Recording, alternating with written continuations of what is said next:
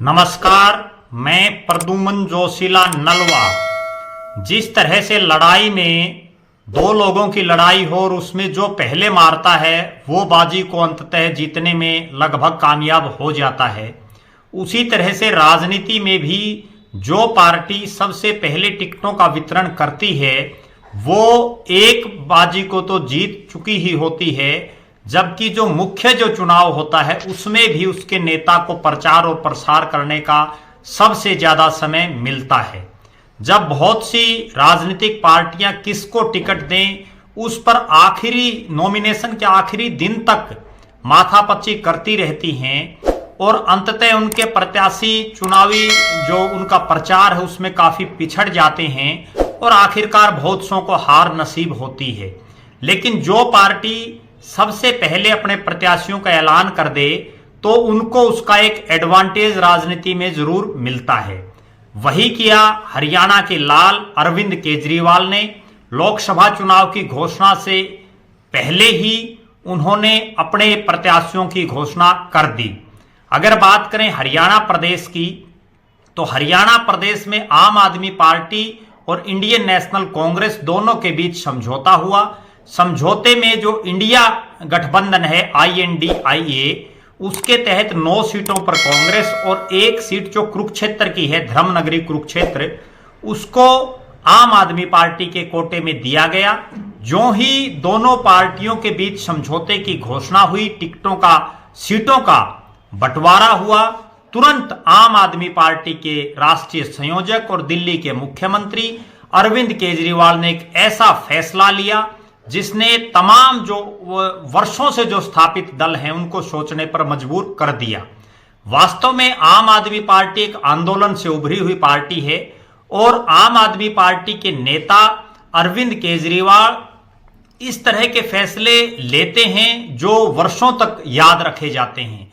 जब अन्ना हजारे के आंदोलन के बाद आम आदमी पार्टी बनी और उसके बाद दिल्ली का जब विधानसभा चुनाव लड़ने का ऐलान किया गया तो अरविंद केजरीवाल ने एक ऐसा अप्रत्याशित फैसला लिया। उन्होंने दिल्ली की कई बार की लगातार मुख्यमंत्री कांग्रेस की उस समय की बड़ी दिग्गज नेत्री शीला दीक्षित जी के सामने उन्होंने चुनावी ताल ठोकी और उन्होंने उनको चुनाव में बुरी तरह से हराया। उसके बाद वो लगातार दिल्ली की राजनीति में छाए रहे। चाहे बात हम पंजाब की करें या लोकसभा चुनाव में खुद प्रधानमंत्री नरेंद्र मोदी के सामने जो भारतीय जनता पार्टी के प्राइम मिनिस्टर के जो कैंडिडेट थे उनके सामने चुनाव लड़ना अरविंद केजरीवाल का एक बहुत बड़ा कूटनीतिक फैसला था, राजनीतिक फैसला था। उसी तरह का फैसला उन्होंने हरियाणा के दृष्टिकोण में लिया है। उन्होंने हरियाणा प्रदेश से अपनी पार्टी के सबसे बड़े नेता जो वर्तमान में पार्टी के प्रदेश अध्यक्ष हैं, पूर्व में राज्यसभा के सांसद भी रहे हैं, पार्टी के प्रदेश के प्रभारी भी रहे हैं, डॉक्टर सुशील कुमार गुप्ता को उन्होंने जो ही सीटों का बंटवारा हुआ तुरंत हरियाणा की कुरुक्षेत्र से इंडिया गठबंधन के प्रत्याशी के तौर पर, आम आदमी पार्टी के प्रत्याशी के तौर पर उनकी घोषणा कर दी। डॉक्टर सुशील गुप्ता की इस घोषणा के बाद हरियाणा प्रदेश की राजनीति में एक तरह से हलचल हो गई, क्योंकि जब प्रदेश की सबसे बड़ी जो पार्टी है भारतीय जनता पार्टी जो वर्तमान में सरकार में है, देश की सबसे पुरानी पार्टी इंडियन नेशनल कांग्रेस जो विपक्ष में है, वो जब प्रत्याशियों के पैनल बनाने में अभी तक लगी हुई हैं, अभी तक तो वो सिर्फ कौन कौन आदमी चुनाव लड़ना चाहते हैं, कौन मजबूत हैं, उस तरह का खाका अपनी पार्टी का तैयार कर रहे हैं। और उस दौर में आम आदमी पार्टी के सुप्रीमो, उसके राष्ट्रीय संयोजक अरविंद केजरीवाल ने अपने खासम खास हरियाणा प्रदेश के सबसे बड़े नेता डॉक्टर सुशील कुमार गुप्ता को कुरुक्षेत्र की भूमि से चुनावी मैदान में उतारने का फैसला करके सबको चौंका दिया। ना केवल चौंका दिया बल्कि एक एडवांटेज हासिल कर लिया। अगर हम बात करें डॉक्टर सुशील गुप्ता के राजनीतिक कैरियर का तो 1 मई 1961 को जींद की धरती पर जन्मे, जींद जिनका मूल जिला है, डॉक्टर सुशील कुमार गुप्ता कांग्रेस पार्टी में रहे। उन्होंने 2013 में कांग्रेस पार्टी की टिकट से चुनाव भी लड़ा। उसके बाद 2018 में उनको अरविंद केजरीवाल ने अपनी पार्टी आम आदमी पार्टी से राज्यसभा का सांसद बनाया। दिल्ली और उसके आसपास के इलाके के एक बहुत बड़े व्यवसायी के रूप में उनका नाम जाना जाता है। गंगा के नाम से उनके काफी एजुकेशन इंस्टीट्यूट्स हैं। इसके अलावा भी डॉक्टर सुशील गुप्ता कई संस्थाओं से, सामाजिक संस्थाओं से भी वर्षों से जुड़े हुए हैं और हरियाणा प्रदेश में उनको पहले आम आदमी पार्टी का प्रदेश का प्रभारी बनाया गया, उससे पहले उनको सह प्रभारी बनाया गया, फिर उनको प्रभारी बनाया गया, अब उनको वर्तमान में प्रदेश का अध्यक्ष बनाया गया और अध्यक्ष के साथ साथ अब उनको कुरुक्षेत्र जो एकमात्र सीट जो समझौते में आम आदमी पार्टी को मिली है वहां से उनको प्रत्याशी उतारा गया है। कुरुक्षेत्र लोकसभा क्षेत्र की अगर हम बात करें तो कुरुक्षेत्र लोकसभा क्षेत्र में जो अग्रवाल समुदाय है उसका भी एक अपना खासा होल्ड है।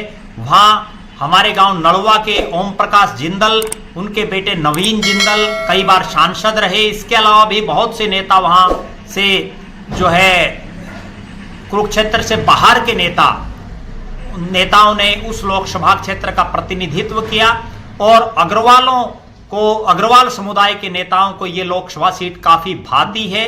ओम प्रकाश जिंदल कुरुक्षेत्र से 200 किलोमीटर दूर से आकर के वहां उन्होंने अपने पांव जमाए, वहां से वो सांसद बने। उसके बाद उनके बेटे नवीन जिंदल 2 बार लगातार सांसद बने।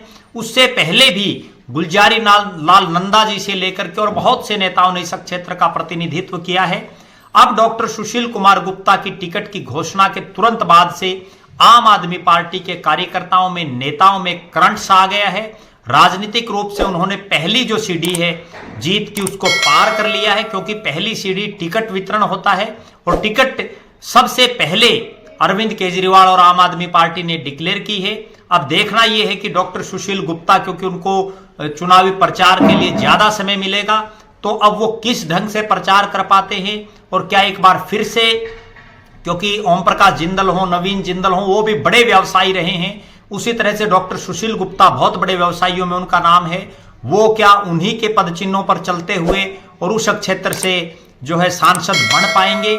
इस बात पर हमारी नजर लगातार बनी रहेगी। हम डॉक्टर सुशील कुमार गुप्ता के उज्जवल भविष्य, उनके स्वस्थ जीवन की कामना करते हैं।